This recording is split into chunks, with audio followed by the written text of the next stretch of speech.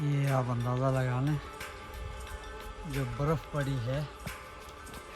اور میری گاڑی کے اوپر یہ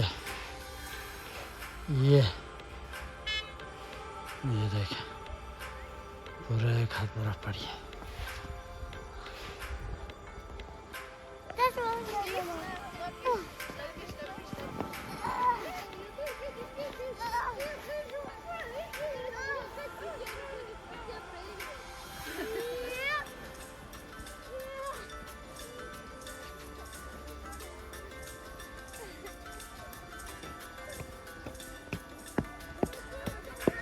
یہاں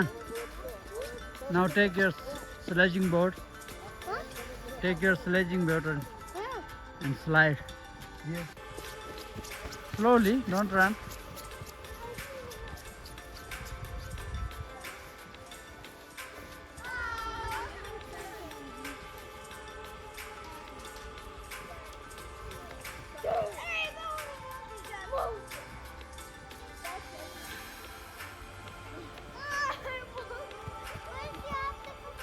No, you don't need to push.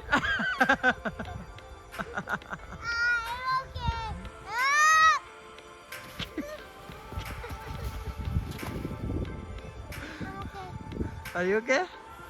Okay, stand up. Hey, Good. how about we roll down the mountain?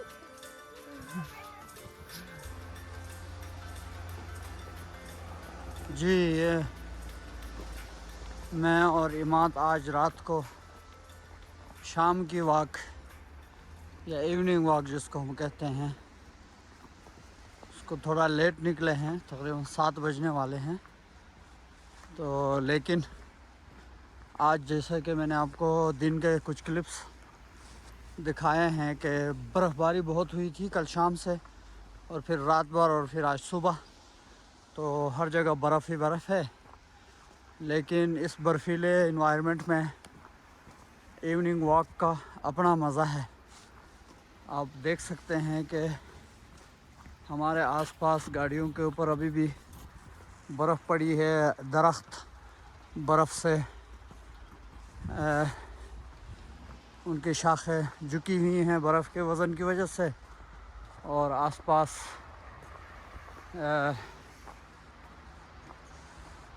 یہ راہداریوں کے آس پاس بہت زیادہ برف آپ کو دیکھنے کو مل رہا ہے.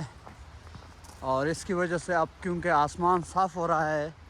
تو ٹمپریچر بھی اور زیادہ گر رہا ہے، اور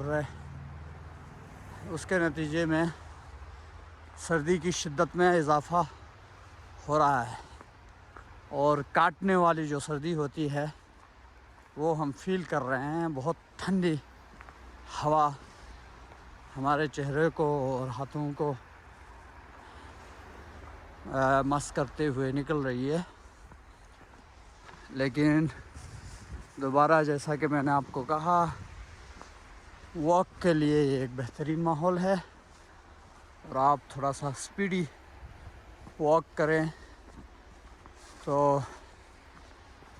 آپ کا جسم جب وارم اپ ہو جاتا ہے تو آپ کو ایک صحیح معنوں میں جسمانی ایکسرسائز ملتا ہے.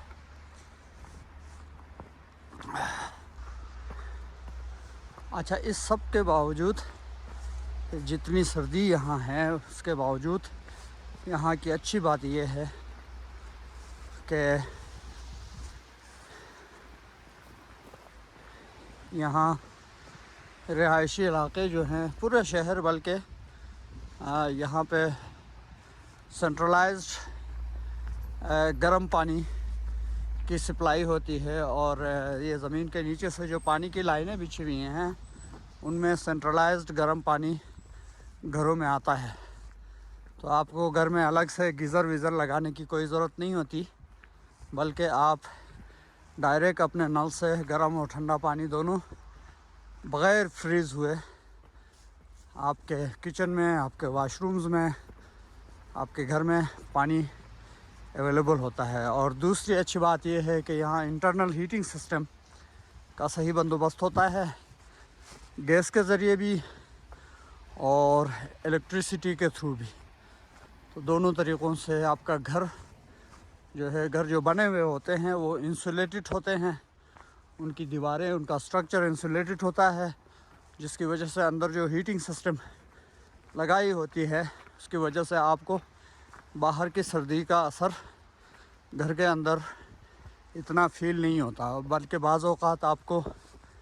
کچھ گھروں میں، بہت اچھے طریقے سے بنے ہوئے گھروں میں کھڑکیاں کھولنی بھی پڑتی ہیں۔ تو یہ ایک ڈفرینس ہے میرے علاقے کا اور یہاں کا، کیونکہ میرے علاقوں میں جو گھر بنتے ہیں، پرانے زمانے میں گھر بنتے تھے دیسی طریقوں سے، جہاں مٹی کا استعمال ہوتا تھا، مٹی کے گھارے کے گھر بنتے تھے، تو وہ جو ہے ٹمپریچر کو کنٹرول کرتے تھے، اور دیسی جو بخاری اسٹوو وغیرہ، اس میں لکڑی سے جو آگ وغیرہ جلائی جاتی تھی، اس کی وجہ سے وہاں کی جو گرمائش ہے گھر کے اندر، وہ اندر کنٹین رہتی تھی اور آپ کو سردی امپیکٹ نہیں کرتی تھی۔ لیکن کیونکہ زمانے کی ترقی کے ساتھ ساتھ ہمارے وہاں ریسرچ کا کوئی کلچر نہیں ہے اور ٹیکنالوجیکل ڈیولپمنٹ کوئی طریقے سے نہیں ہوتی، تو اس وجہ سے ہم نے کیا کیا، ہم نے شہروں کو نقل کر کے کنکریٹ کے گھر بنانے شروع کر دیے، جس میں سریا، سیمنٹ کے دیواریں اور چھت ہم نے لگانے شروع کر دی، جس کی وجہ سے اس کا نقصان کیا ہو رہا ہے کہ گرمیوں میں وہ گھر شدید گرم اور سردیوں میں شدید سرد۔ اس کی مثال میں آپ کو یوں دے سکتا ہوں کہ جیسے اگر گھر کے باہر اس طرح اگر بارش ہوئی ہو، برف باری ہوئی ہو، اور اگر -5 ٹمپریچر ہے، تو اس کا مطلب یہ ہے کہ آپ کے گھر کے اندر، آپ کے کمرے کے اندر بھی -5 ٹمپریچر ہے، تو آپ اس میں سروائیو کرتے ہیں۔ اس میں آپ کو لگاتار آگ چاہیے، جو کہ ہمارے وہاں اویلیبل نہیں ہوتی، کیونکہ وہاں الیکٹریسٹی مشکل سے 24 گھنٹوں میں، بعض جگہوں میں 2 گھنٹے، بعض جگہوں میں 3 گھنٹے، بعض جگہوں میں 7-8 گھنٹے آتی ہے، تو جس کی وجہ سے ہیٹنگ سسٹم کا تو سوال ہی نہیں پیدا ہوتا، خالی ایک بلب بھی مشکل سے جلایا جا سکتا ہے، گیس اویلیبل نہیں ہے۔ رہی صحیح جو چیز ہے وہ جو سردی کو کوپ کرنے کے لیے وہاں درخت کاٹ کے لکڑیوں کے ذریعے جو ہے گھر کو گرم رکھنے کی کوشش کی جاتی ہے اور کھانا پکایا جاتا ہے، اور وہ اس لیے ناکافی ہوتا ہے کہ وہ صرف کچن کے ایریے میں آپ جو ہے آگ لگاتے ہیں اور کچن تھوڑا گرم رہتا ہے، لیکن وہ بھی اس وقت تک جب تک یہ آگ جل رہی ہوتی ہے۔ جو ہی آگ ختم ہو گئی، گھر کے اندر دوبارہ وہی باہر صحن والی ٹمپریچر اندر، اور پھر آپ جو ہے ملٹیپل کپڑوں میں اپنے آپ کو ملبوس کر کے یا تو بسترے کے اندر آپ کو گھسنا پڑتا ہے، یا رضائیاں، کمبل اپنے اوڑھ کے آپ بیٹھ سکتے ہیں۔ تو بہت ہی ہارش کنڈیشنز ہیں، خاص کر پاکستان کے جو سرد علاقے ہیں ان میں،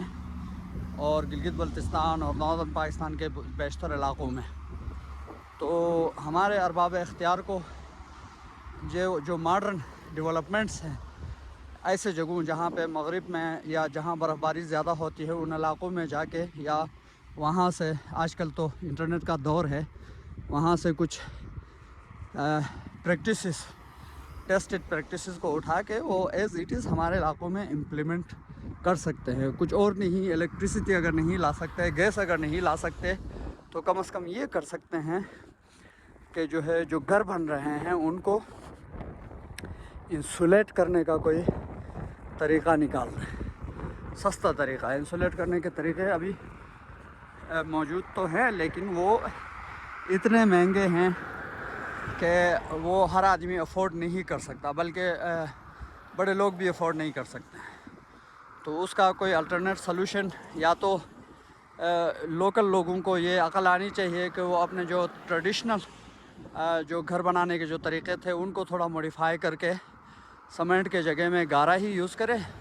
اور اس کے باہر کوئی ایڈیشنل شیلڈ لگا کے جو ہے گھروں کو تھوڑا سا گرم رکھنے کے لیے کنسٹرکشن تھوڑے ڈیفرنٹ طریقے سے